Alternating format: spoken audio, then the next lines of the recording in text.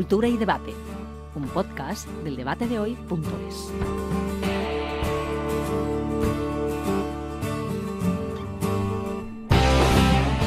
¿Qué tal? Bienvenidos al quinto programa de Cultura y Debate, podcast monográfico que dedicamos en esta ocasión a Tintín, el maravilloso personaje de Hergé. Lo hacemos porque en este 2019 se celebra el 90 aniversario de la publicación del primer volumen de sus aventuras, aquella que le llevó al país de los soviets.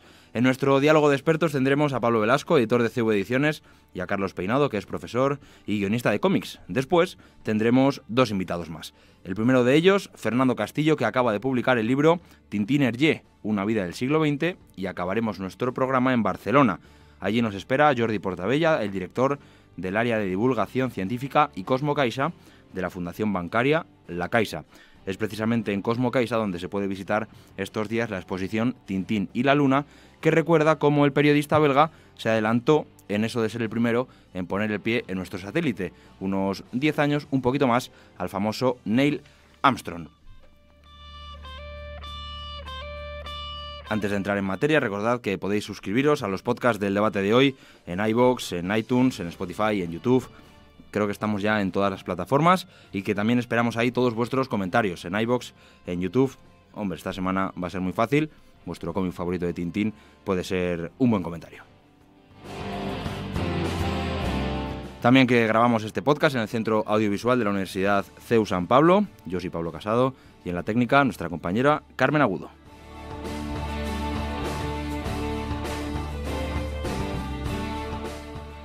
Bueno, pues vamos a empezar a hablar de Tintín y de Hergé. Lo hacemos con Pablo Velasco, editor de CV Ediciones. Bienvenido. Gracias, Pablo. Muy bien, bien hallado. Un nuevo amigo de Cultura y Debate. Y también a Carlos Peinado, que es profesor en el Colegio Adalid Meneses y guionista de cómics. Bienvenido. Muchas gracias. Gracias por invitarme. Tenemos a dos grandes amantes de Tintín, así lo reconocen, así llevan diciéndomelo semanas. Vamos a empezar a hablar de Tintín. Escuchando a Tintín, como es un cómic, no tendría voz. Por suerte, en los años 90... se hizo una maravillosa serie de televisión que prácticamente copiaba las viñetas y vamos a escuchar un trocito para empezar. El aerolito es enorme. Al menos una parte de esa gran masa emergerá del agua. Por los anillos de Saturno, es cierto. Hay que organizar inmediatamente una expedición internacional. Obtendremos el dinero necesario a través del Fondo Europeo de Investigaciones Científicas. ¡Hurra! ¡Vamos a ir al Ártico! ¡Profesor! Bueno, era un pequeño fragmento de la aventura de Tintín, la estrella misteriosa. Vamos a empezar. Carlos, Tintín, Hergé. Yo creo que en el siglo XX, o la juventud, se divide entre Tintín, Mortadelo y Filemón, Asterix y Obelix. ¿Por qué habría que elegir Tintín, si tenemos que elegir Tintín? Yo me quedaré con los tres, la verdad, porque hay espacio en la lectura para los tres. Yo creo que son de diferentes épocas, es decir, Tintín es más de los años 30, aunque se mantuvo hasta los 70 publicándose.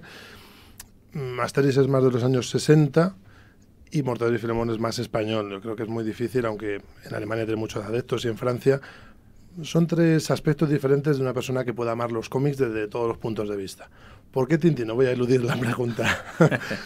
Tintín, yo siempre digo que es el que madura mejor, por así decirlo. Es decir, Asterix, si te gusta cuando eres niño, cuando eres adulto te sigue gustando.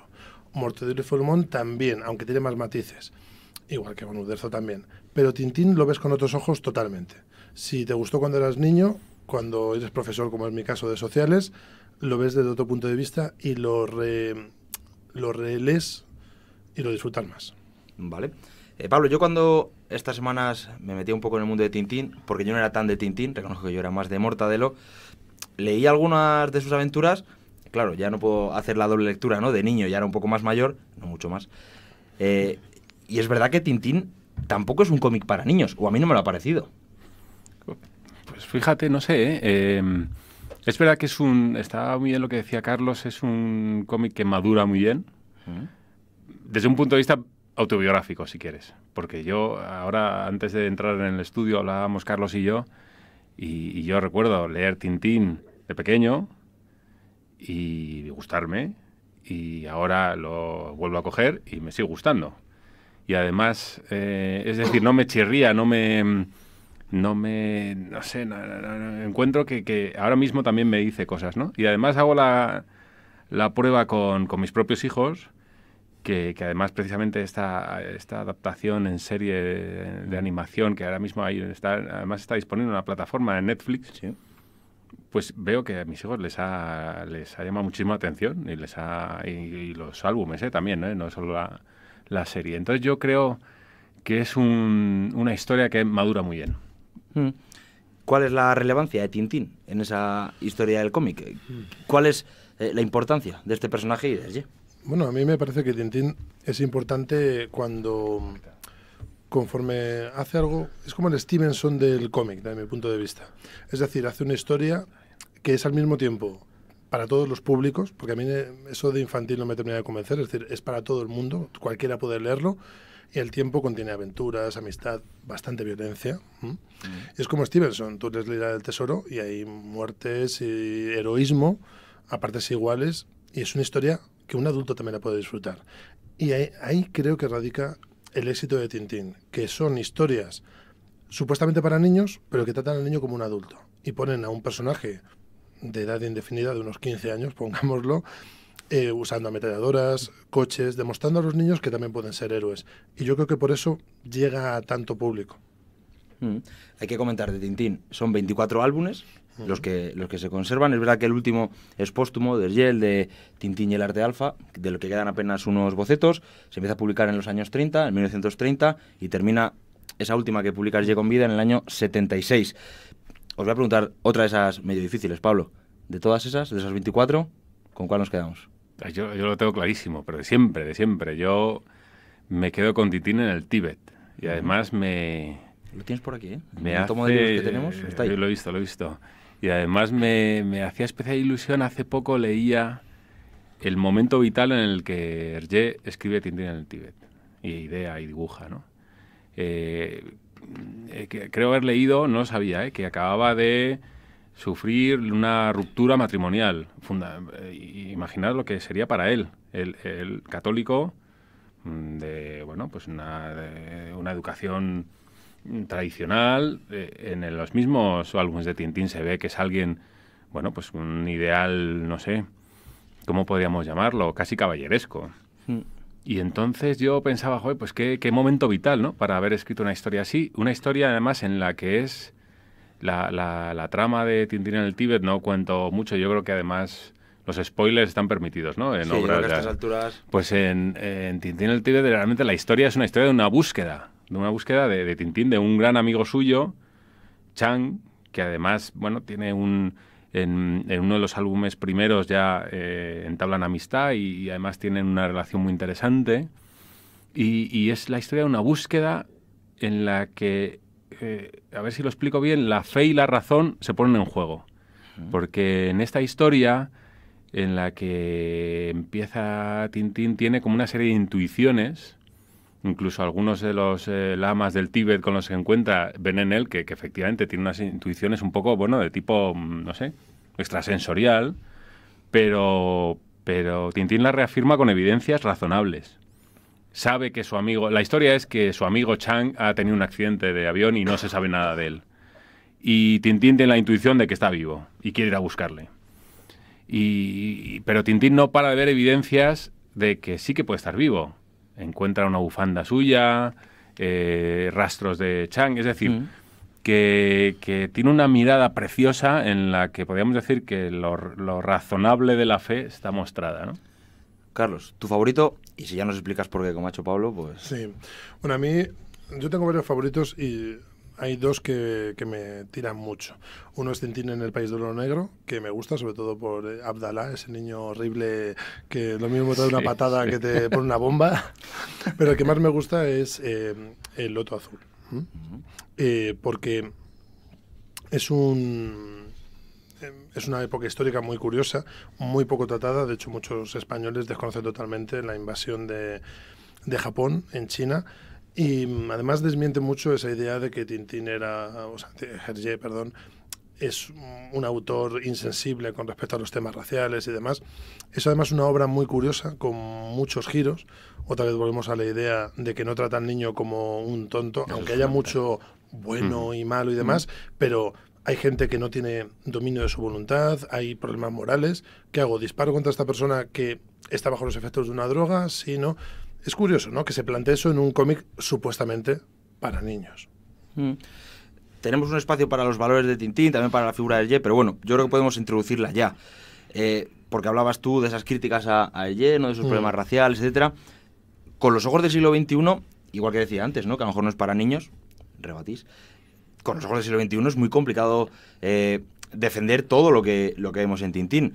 El segundo tomo, Tintín en el Congo, tiene una sucesión de escenas que a día de hoy llamarían mucho la atención. Se pasa prácticamente medio cómic disparando a animales por aquí y por allá. Los personajes del Congo son tratados pues con cierto paternalismo, ¿no?, europeísta.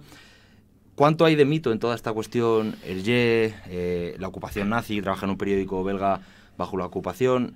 ¿Es más mito? ¿Hay algo? ¿O dentro del propio cómic podemos darnos cuenta cómo todo esto es más leyenda? ¿Quién empieza? Es que Pablo iba a negarte la mayor. O sea, yo es que creo que hay que mirar con lupa los libros de Tintín para sacarle pegas.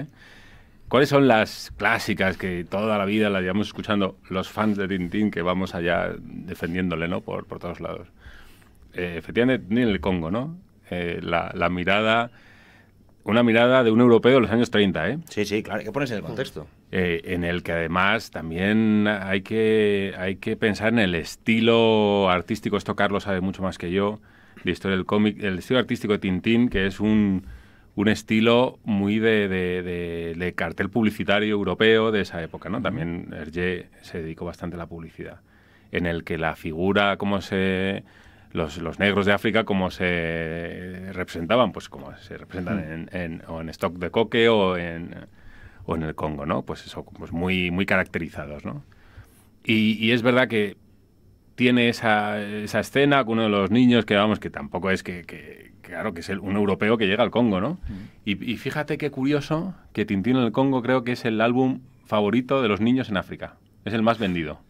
El álbum más vendido en África.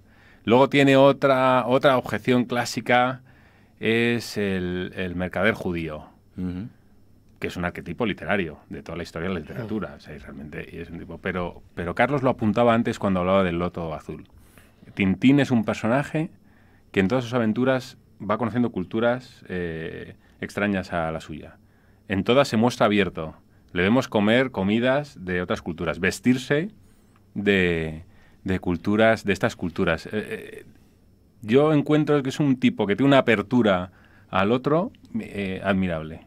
Entonces creo que sinceramente estas críticas que se oyen y tal, yo es que creo que hay que buscarlas con ganas, con lupa, para sacarle los colores a Tintín, ¿no? Hay gente que tiene tiempo para hacer el Principito inclusivo. Para Tintín, pues ya ves, por Dios, Carlos. Es tremendo. Esto me ha recordado un amigo mío que siempre critica a Beatriz Galindo, la famosa La Latina, una de las mujeres más importantes de la cultura europea del siglo XV, y dicen, claro, es que no hizo ninguna obra literaria propia. O sea, era una de las primeras filólogas. Es como intentar decir, hombre, Isabel la Católica desde su punto de vista tendría que haber hecho un tratado feminista del poder. Hombre, claro, es muy fácil decirlo desde este punto de vista. Y entonces, claro, hablar de una persona de los años 30, época en la cual, por ejemplo, en la revista Times ponían a Adolf Hitler y le promovían para intentar ser Premio Nobel de la Paz, decirle, hombre, es que ya era un pelín racista. Hombre, claro, es que en Europa el 90% de la población era muy racista. Y él al menos se le distingue la idea de decir, voy a poner a un chino amigo y un gran amigo de Tintín. Y no en un concepto de superioridad, porque Tintín no se cree superior a nadie. Es cierto que, por ejemplo, los negros le llevan pero era una cosa que se hacía en esa época todavía. En esa época se hacía. O sea, era algo que él veía. Es como decir, ay Dios mío, es que Verne pone que en el Polo Sur hace calor. Hombre, ya, pero es que no tenía ni idea de lo que era el Polo Sur. De hecho, inventó la idea del submarino y, claro, tenía que trabajar con cosas que no tenía. Entonces, claro, hoy en día tenemos la piel muy fina y nos gusta mucho hablar de, como digo yo, historia ficción. Se tendría que haber hecho... Claro, si los espartanos hubiesen sabido, se hubiesen retirado a tiempo y hubiesen... Oiga, miren, estamos hablando de cosas que pasó, no puedo darle vueltas a todo. Entonces, decir que Hergé no fuese un hombre de los años 30, que yo creo que es un hombre de los años 30 bastante adelantado a su tiempo, sin ser, obviamente, del siglo XXI, que es algo ridículo decirle, tendría que haber hecho un tratado. No, es imposible. hemos hablado... No hemos hablado en negativo, porque hemos hablado en positivo. Tintín empieza a publicarse en un semanario católico. Yo leía por ahí que incluso en algún libro que recopila a héroes católicos se incluye a Tintín, y también hay debate sobre si Tintín es católico o no es católico. En ese famoso Tintín en el Congo aparece un misionero. ¿Se nota esa esencia católica, o por lo menos esos valores, en toda esta división bueno-malo que estabais comentando vosotros? Yo creo que Tintín es católico en tanto que su autor es católico, es decir, que se refleja en sus ideas. Está bien. Es un poco como, bueno, ya que estamos aquí en la casa, hay que decirlo, como decía Ángel Herrera, que lo importante es hacer un buen periódico o buen periodismo y luego que sea católico, ¿vale? Entonces, yo creo que Tintín pretende no ofender a nadie, pretende llegar a todo el mundo, y el autor es católico y se nota, pero no tiene por qué remarcarlo. De hecho, sería un poco curioso, ¿no? Esa gente que dice, no, es que tienes que decirlo. ¿Por qué no pones al principio en tu... A mí me lo dicen mucho. ¿Por qué no has metido símbolos católicos en la Odisea? Pues, es una versión para niños, no puedo meter algo ridículo. O sea, ya, pero se te debería notar más. Pues mira, si se te tiene que notar es que no haces bien tu trabajo en el día a día, no en lo que trabajas. Efectivamente, está muy bien visto eso. Yo creo que, opino como Carlos, o sea, yo podría decir que es católico porque es muy humano. Y fíjate, lo que creo que si hay algo que vertebra todos los álbumes de Tintín es la amistad. Es una historia de una amistad. Vemos que Tintín es un tipo solitario, vive con su perro. O sea, uno puede decir, bueno, es un tío un poco raro y tal, ¿no? Pero realmente cada historia de Tintín es una historia de una amistad. Y va además recopilando amigos, parece que va como reuniendo a una especie de comunidad del anillo a medida que van sucediéndose los álbumes, ¿no? Y además cada historia no es Tintín que va buscando historias, sino que le reclaman las historias. Son amigos que suelen estar en peligro. O sea, él le vemos en el cine o dando un paseo. O sea, realmente la vida de Tintín es tranquila. Pero vamos, se mete unos embolados. Se mete unos embolados por culpa de sus amigos, porque es que no sabe decir que no a un amigo. Vuelvo a Tintín en el Tíbet, pero es que me parece que es muy revelador ese álbum, en el que hay un momento en el que Tintín decide ir a buscar a su amigo a la montaña, y además parece una expedición suicida. Y el propio Haddock le dice, mira, eso es una locura. Y dice, mira, yo no te acompaño, dice el capitán Haddock. Y dice Tintín, vale, ¿no? Muy bien, no, me acompañas. O sea, realmente no hace ningún aspaviento, porque uno podría decir, ¿cómo me dejas, tal? Y se van cada uno por su lado, se desean suerte y ojalá nos encontremos en el campamento y tal y cual. Al rato vemos que Haddock se da la vuelta y ha seguido a su amigo, y además justo llega en el momento adecuado para salvarle, ¿no? Y luego tiene una serie de recorridos. Hay un periodista, Joan Soldevilla, que yo leyéndole daba un dato precioso, que es el símbolo del agua en los álbumes de Tintín, muy relacionado con la amistad. Cada vez que aparece un amigo de Tintín, aparece emergiendo del agua, una especie de nacimiento. A mí esto me pareció, mira, Carlos, es maravilloso, ¿eh? Sí. Cuando se conocen Haddock y Tintín, Tintín aparece en el camarote de Haddock, que le han encerrado en uno de los camarotes, aparece por el ojo de buey, emergiendo del agua. Luego después a Chang le conoce porque le rescata de ahogarse. Luego hay otro personaje fundamental, que es el profesor Tornasol, que aparece en la vida de Tintín y Haddock emergiendo de un submarino del agua, ¿no? Entonces, a mí ese detalle, que igual puede ser, oye, una idea que a lo mejor no sé si está contrastada con lo que diría Hergé, no lo sé, pero me pareció absolutamente católica, vamos, el renacer del agua, y además, sobre todo, relacionado con la amistad. Es muy llamativo, de hecho, volviendo al tema de Tintín en el Tíbet, a mí me gusta porque es mucho la esperanza, es decir, Tintín confía en que Haddock le ayude si quiere, le da libertad, igual que él espera que su compañero esté vivo, aunque Chang, porque dice, bueno, es lo que yo espero. Exacto, sí. Pero hoy en día, si hiciésemos un Tintín hoy en día, sería, yo te saqué del alcoholismo, Haddock, me lo debes. Sí. Sería un quid pro quo, sería, no, oye, mira... Porque mucha gente intenta como medir la amistad hoy en día. O sea, la gente dice, no, bueno, si te han hecho algo bien, tú tienes que devolver. Oye, mira, te saqué del alcoholismo, te he salvado la vida tantas veces, tú me has salvado la vida tanto. Debe haber y ya está. O sea, nuestra amistad se basa en eso. No, su amistad es una amistad pura. Él se fía de Haddock, y si Haddock no hubiese ido a ayudarle, Tintín nunca se lo hubiese reprochado. Y ahí está la magia de... Sí. Exactamente. no le dice, desde luego, llegas a verlo, tienes Mulinsar gracias a mí, que te lo he conseguido. Sí. Te he sacado del alcoholismo, te has salvado la vida tantas veces. Oye, mira, menudo amigo estás hecho. Es oye. impresionante. La relación de Tintín y Haddock a mí es impresionante, porque es lo que decía Carlos. En cada una de las historias, Haddock se le ve un desarrollo a ese personaje que era un alcohólico, que era un desastre el tipo, que de verdad que no se podía uno fiar de él. Y el tío se ve en cada uno de los álbumes cómo va intentando superarse. ¿Cómo es esa escena en el desierto que mis hijos la leían con pavor? Cuando de repente, por las visiones del calor, es en el Oro Negro, ¿no? En el país del Oro Negro. Cuando están muertos de calor, Haddock se muere por beber alcohol. Y entonces ve a su amigo en forma de botella de vino.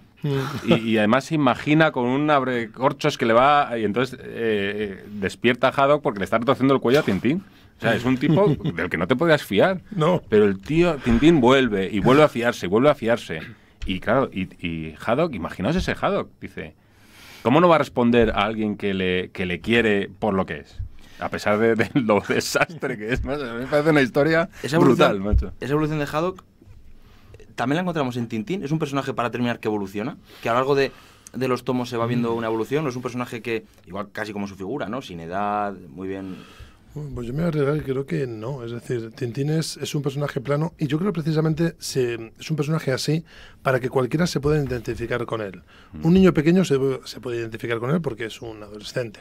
Un adulto también, porque es un hombre en algunos aspectos hecho y derecho. Es decir, que coge armas, se enfrenta de un puñetazo si hace falta, pelea, regaña. Está en un punto intermedio. De hecho, es muy curioso cuando dice, ponte una peluca y así parecerás un niño. ¿Qué tontuna es esa? Es decir, no lo pareces ya, es algo raro. Y de hecho, ese tipo de cosas es la que demuestra que cualquiera puede entrar. Entonces, Tintín, por así decirlo, no evoluciona como tal, a ver, tiene sus evoluciones, porque es un referente de la humanidad, desde el punto de vista, creo yo. Es decir, él pone un personaje que podríamos ser cualquiera. Un poco indefinido en ese aspecto.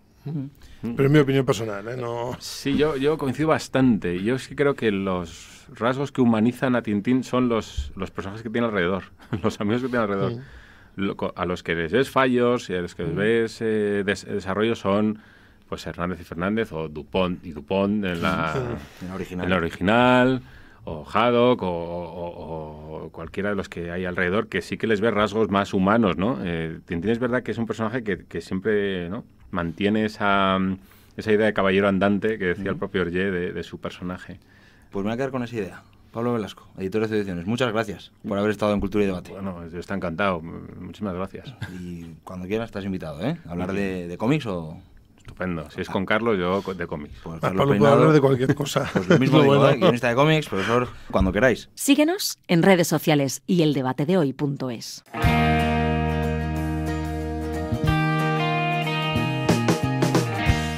¿Qué es lo que sabes? Habla. ¿Es que va a durar mucho este jueguecito? Sí y no, señor Tintín. Poco importa. Una vez en alta mar le enviaremos al fondo. ¡Qué maravilla! Sería un milagro que pudiera salir de aquí. Estoy perdido. ¡Milú! ¡Ah, qué contento estoy de verte! ¡Buena jugada! ¡Deprisa, desátame! Bueno, vamos a seguir hablando de Tintín en Cultura y Debate. Os recuerdo que podéis mandarnos vuestros comentarios a iVoox, YouTube, donde queráis. Lo vamos a hacer hablando y entrevistando a Fernando Castillo. ¿Por qué? Porque es autor del libro Tintín Hergé, una vida del siglo XX, que edita Fórcola Ediciones. Fernando, muchísimas gracias por estar en Cultura y Debate. Nada, muchas gracias a vosotros por convocarme para hablar de un personaje que ya, bueno, en fin, me ocupa desde el año 2004, porque este es la tercera versión de Tintín, del libro dedicado a Tintín, que salió por vez primera en el 2004, pero que luego fue muy ampliado en el 2011 y ahora renovado. La primera pregunta es obligada. ¿Puede elegir una aventura de Tintín y decirnos por qué? ¿Cuál es su favorita? ¿Cuál es la que le enganchó a Tintín? Es una pregunta que te hacen varias veces. La respuesta es difícil, muy difícil, y eso que no son muchos álbumes. Pero es muy difícil porque vas variando a lo largo del tiempo, ¿no?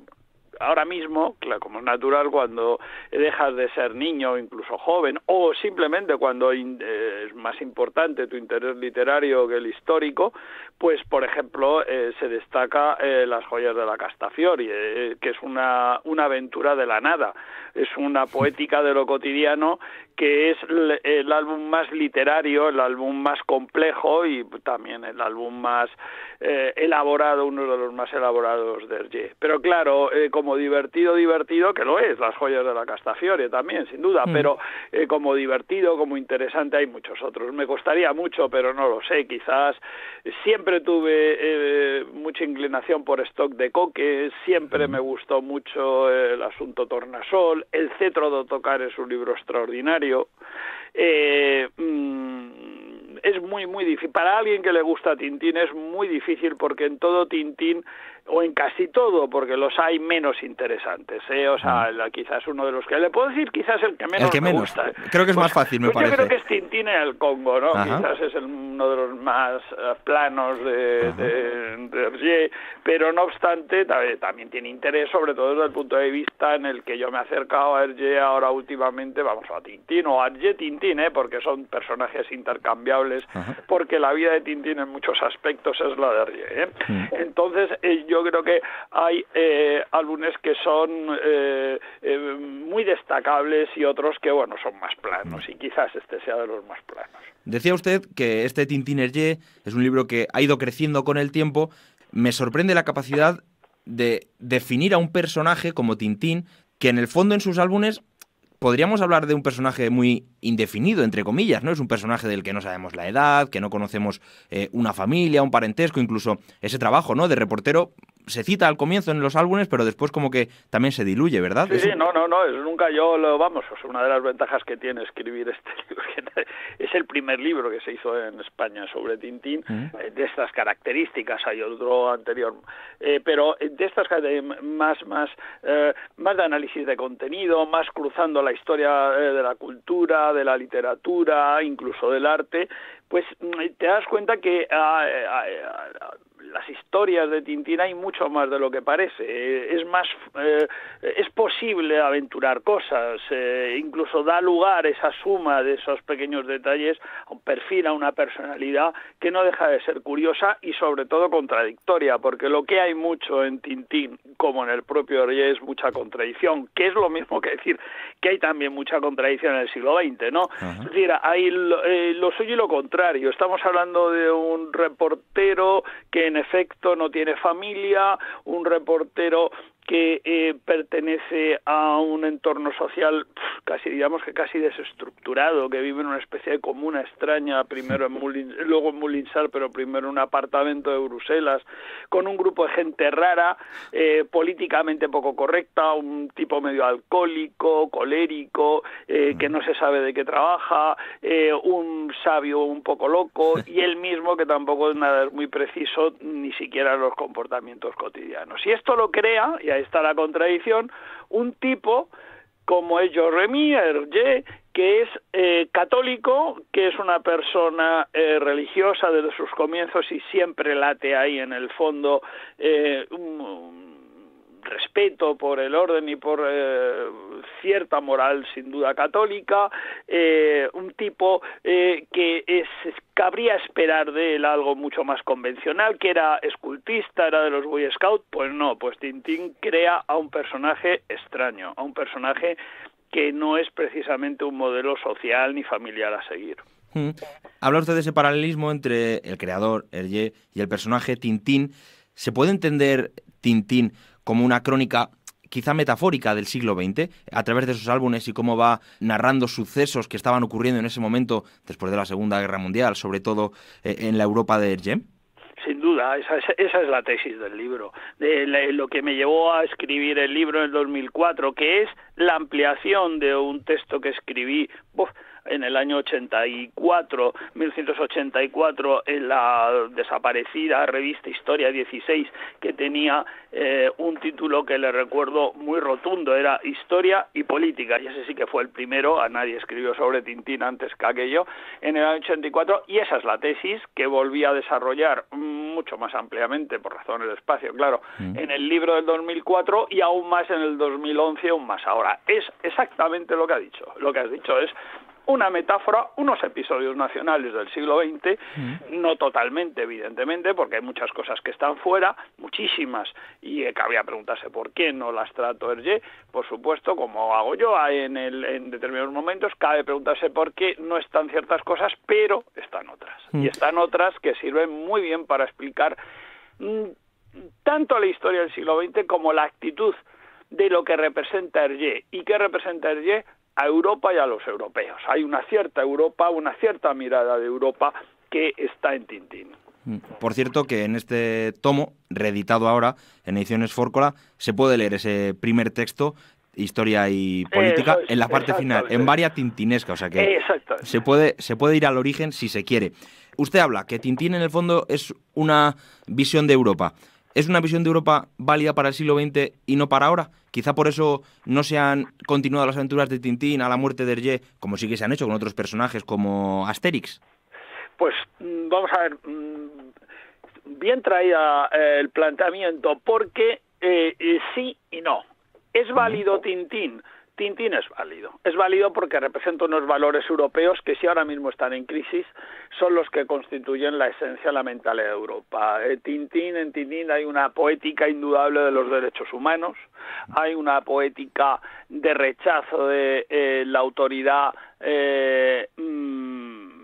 de los totalitarismos del siglo XX, hay una voluntad de defensa de valores tan europeos como la filantropía, como el laicismo, y esto lo hace un católico.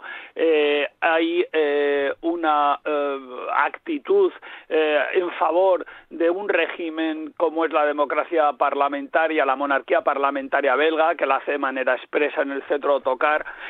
Hay un rechazo del capitalismo salvaje, del liberalismo en Tintín en América. Nunca le cayeron bien a Hergé, ni a Tintín, ni los banqueros, ni los grandes industriales, como tampoco le caen bien los representantes de las grandes construcciones totalitarias, sea la Unión Soviética, como ocurre en el asunto Tornasol, o sea la Alemania nazi. Es esa dualidad política en dos construcciones ficticias que tiene afortunadísimas, que son Sildavia y Borduria. Sildavia es el lugar en el que el reino del rey Muscar, donde el Cetro de Tocar es una monarquía parlamentaria, más o menos parlamentaria, es el modelo de la Bélgica de la juventud de Hergé, mientras que Borduria representa lo contrario, es decir, son, para aclararnos, el régimen rechazable, sea la Alemania nazi, como ocurre en el Cetro de Tocar, sea como ocurre en el asunto Tornasol, la Unión Soviética del mariscal Plexiglas, es decir, Stalin. Todo, hay mucho de la Europa eterna, esperemos que sea eterna, en Tintín. Eso hace que las aventuras de Tintín se lean. Otra cuestión es por qué no se han continuado. Hay gente, aquí yo no soy ningún, a pesar de no me reivindico ni como tintinófilo perdido, ni como tintinólogo entregado, es decir, no soy de los que se saben de memoria el teléfono de la carnicería Sanzot ni la matrícula de los coches. Pero bueno, de todas maneras, aquí entre los más entregados hay diferencias. Los hay que dicen que ha sido un inmenso error no haberle encargado la continuidad de alguna aventura más a Voldemort, que todavía vivía, o a Jacobs, o los hay que dicen que el cierre de Tintín era la identificación era tan grande entre Tintín y Hergé que no tenía sentido continuarlo. Yo creo que ambas posturas son acertadas, es decir, es una pena que no se haya continuado, pero yo creo que es muy difícil que no fuera de Hergé. Pero quizás no haga falta, sí, quizás no haga falta. Muchísimas gracias por estar en Cultura y Debate, Fernando Castillo. Nada, muchas gracias a vosotros por invitarme. Autor de Tintín Hergé, Una vida del siglo XX, libro que edita Fórcola Ediciones. Recomendado. Síguenos en @eldebatedehoy. Y es con este aparatito con el que piensa ir a la luna, Es con este aparatito con el que usted me acompañará a la luna. ¡Vamos! Pobre tornasol, está como una cabra. ¿Cómo quiere usted que un armatoste como este se eleve por los aires? Es como tocar el cornetín delante de la Torre Eiffel e imaginarse que va a bailar la samba.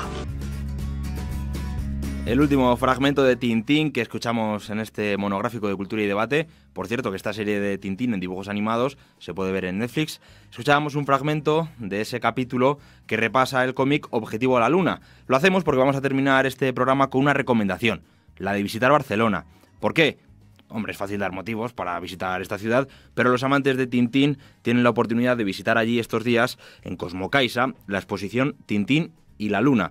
Para hablar de esta muestra, saludamos con gusto a Jordi Portabella, director del área de divulgación científica y Cosmocaixa de la Fundación Bancaria La Caixa.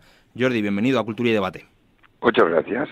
La primera pregunta se la he hecho a todos nuestros invitados en este monográfico. No sé si tiene una aventura que le guste más que las demás. La verdad es que sí, que cuando era más joven pues leía Tintín y leí distintos álbumes, pero lógicamente tengo que contestar que mi preferido es Objetivo la Luna, porque tiene mucho mérito que con tantos años de anterioridad pues Hergé se preparara de una manera tan competente para acertarla tanto y tanto como la llegó a acertar. Bueno, coincidimos en el gusto por la aventura de Tintín. Lo hablaba usted, hace 50 años Neil Armstrong llegaba a la Luna, 17 años antes llegaba Tintín. Hergé seguía la estela de grandes de la literatura como Julio Verne, y es que al final yo creo que la Luna es un objetivo tanto para los científicos como esos grandes aventureros de la literatura. ¿Podría ser ese el resumen de este Tintín en la Luna que podemos ver en Cosmocaixa, en Barcelona? Le añadiría un aspecto, pero sí. La verdad es que se puede resumir así la exposición, porque soñar, ilusionar, estimular nuestra imaginación con la Luna ha formado parte de la humanidad desde sus orígenes, ¿no? El hecho de mirar el cielo, de poder ver la Luna, de ver las estrellas, pues siempre nos ha sido muy importante y siempre nos ha permitido pues tener y estimular nuestra imaginación, ¿no? Y le decía al principio que efectivamente es el objetivo de grandes aventureros de la literatura y de la ciencia, pero creo que también tiene mucho que ver la política, ¿no? Y en la parte de la gran pugna espacial que hubo entre Estados Unidos y la URSS en aquel momento, pues también sale reflejado en muchos de los cómics, en muchos de los documentos que se hicieron en aquella época, ¿no? No nos podemos olvidar que la primera sonda que llegó a la Luna, el Luna 9, que también se puede encontrar alguna referencia aquí en esta exposición, pues fue de la URSS y que fueron los primeros que enviaron el primer satélite, el mítico Sputnik, ¿no? Y luego al perro Laika, y luego a Gagarin, y luego a Tereshev, que era la primera mujer que orbitaba, ¿no? Pero al final es cierto que en un compromiso de Kennedy que luego realizó Nixon, pues fueron los americanos los primeros que llegaron ahora hace 50 años a la Luna, y probablemente por las probabilidades de éxito que tenían, que no eran más del 50%, si no hubiera sido por este otro elemento, pues no se habría producido la llegada a la Tierra con tanta anticipación al momento actual, hace 50 años, a la Luna, perdón, he dicho la Tierra. Yo siempre he pensado que al final Estados Unidos ganó por KO, pero a los puntos iba perdiendo, porque a los puntos al final la Unión Soviética iba sumando muchos. Esta exposición, que se divide en dos partes, ¿no? Es el lado científico, el dedicado a Hergé y a sus aventuras, tiene mucho que ver, y a los que les guste Tintín creo que encontrarán objetos y detalles que les gustarán mucho, ¿verdad? Sí, así es. Nosotros hemos querido reflejar todo el proceso de creación, la metodología que utilizó, cómo primero tuvo la idea, cómo esta idea fue ir tomando forma, cómo se documentaba, que se documentaba con mucho rigor, cómo empezó a realizar el esbozo, cómo lo dibuja, cómo lo pinta, cómo se imprime. Es decir, se puede ver en la exposición todo el proceso creativo de Hergé, por una parte, relacionado en este caso, lógicamente, con los 2 álbumes de Objetivo la Luna y Hemos llegado a la Luna, ¿no? Que fueron los que precedieron pues al viaje, a la primera tripulación humana que llegó a la Luna. Estas 2 aventuras, tanto Objetivo la Luna como Aterrizaje en la Luna, Hemos llegado a la Luna, muestran el carácter de Hergé como investigador, porque es verdad que se dan datos en ese cómic, en algunas de las viñetas, que sorprenden por su minuciosidad y por el acercamiento a lo que en esos momentos, incluso algunas cosas no se habían todavía acabado de comprobar, estaba la ciencia. Supongo que esta exposición también hace ese juego de lo que nos dice Hergé, completarlo. Efectivamente, sorprende mucho lo muy bien que seleccionó a las personas para documentarse y lo bien que entendió que en aquella época tenía que ser mucho más difícil que ahora aquello que le explicaban. Es decir, realmente las aventuras de Tintín, cuando ves distintos álbumes, ya ves que está bien documentado y ya notas que es una persona que tenía sensibilidad, pero a su vez también tenía conocimiento. Yo creo que sobre todo en el Objetivo de la Luna se puede ver una actuación propia del método científico, y esto nos permitía hacer esta comparativa ciencia cómic que no siempre se puede producir, ¿no? Nosotros hace unos años, desde Cosmocaixa, también dedicamos una exposición a Jules Verne y también iba en esta línea, ¿no? Pero aquí lo que se puede encontrar, aparte de objetos reales valiosos, gracias a un acuerdo que hemos llegado con el Museo Hergé de Bélgica, y que es la primera vez que ceden unas piezas para una exposición que no sea solo sobre Tintín, pues lo que hacemos es reforzar este reconocimiento al autor de Tintín. Tengo que reconocer que con quien habla le gusta mucho Tintín y le gusta mucho la carrera espacial. Tanto es así que el segundo programa de Cultura y Debate ya lo dedicamos a ese poner en paralelo el espacio con la cultura. Y cuando leía el cómic, lo releía, me sorprendía una coincidencia. Cuando Tintín describe lo que ve al llegar a la Luna, habla de una espantosa desolación. Unas palabras que recuerdan mucho, aunque dadas la vuelta, a las que dijo Buzz Aldrin, el segundo hombre en la Luna, que iba en la misma misión Apolo 11 con Neil Armstrong, en el año 69, que dijo magnífica desolación. Al final hay un paralelismo muy bonito, y yo le quería preguntar si esta llegada a la Luna, si esta carrera espacial ha sido la última gran aventura al que ha emprendido el hombre, y si solo llegar a Marte podría equipararse a ella. Como tripulación humana, sin duda.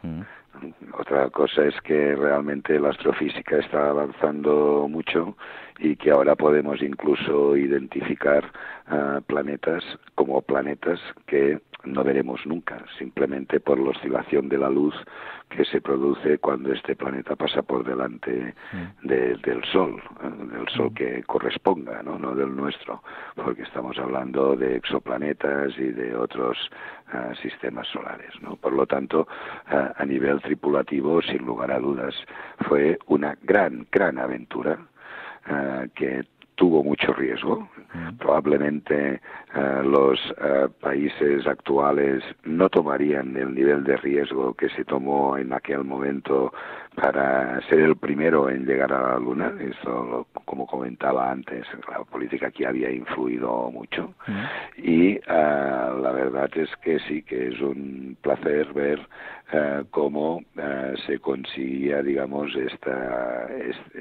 este avance de lo que sería con una precisión que luego se cumplió bastante. Usted marca esta frase de espantosa desolución por magnífica desolución, y cuando Tintín aterriza en la Luna dice otra frase que al menos en Cataluña es muy popular, porque es la que dijo Tarradellas cuando volvió del exilio, que dijo una cosa parecida a ya estoy aquí, y Tintín también dice lo mismo cuando llega a la Luna y la pisa, ¿no? Tintín es una gran herramienta para frases célebres, está claro. Una última para información de servicios. Supongo que en torno a la exposición Tintín y la Luna hay diferentes actividades paralelas para ampliar un poco la información, ¿no? También sobre la carrera espacial, el conocimiento del espacio, y le quería preguntar también, porque grabamos en Madrid, y porque, como ya le he dicho que me gusta mucho el tema, si va a venir a Madrid a CaixaForum esta exposición. De momento tenemos concretado que va a ir a Sevilla y a Zaragoza, pero eso va a ser el año próximo. Nosotros no hace mucho que la inauguramos el 21 de diciembre, la vamos a tener más o menos aquí en Cosmocaixa pues 6 meses, y entonces va a empezar a rotar, a circular por distintos CaixaForums. De momento tenemos ya a Zaragoza y a Sevilla.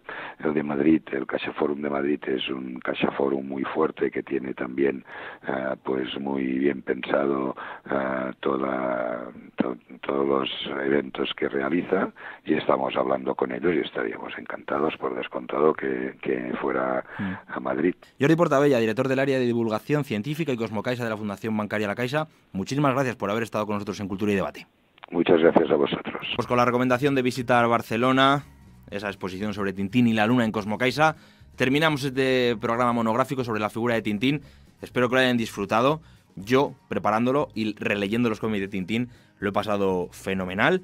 Ya saben que pueden suscribirse a Cultura y Debate en iVoox, en iTunes, en Spotify, en YouTube, donde quieran, y que esperamos sus comentarios. Nos pueden contar su cómic favorito de Tintín, qué les parece Tintín, si son más de Mortadelo y Filemón, de Asterix. Podemos dedicar un programa a Asterix o a Mortadelo y Filemón. Nos lo dejan en los comentarios, por favor.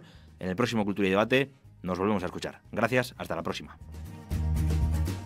Un podcast del debatedehoy.es.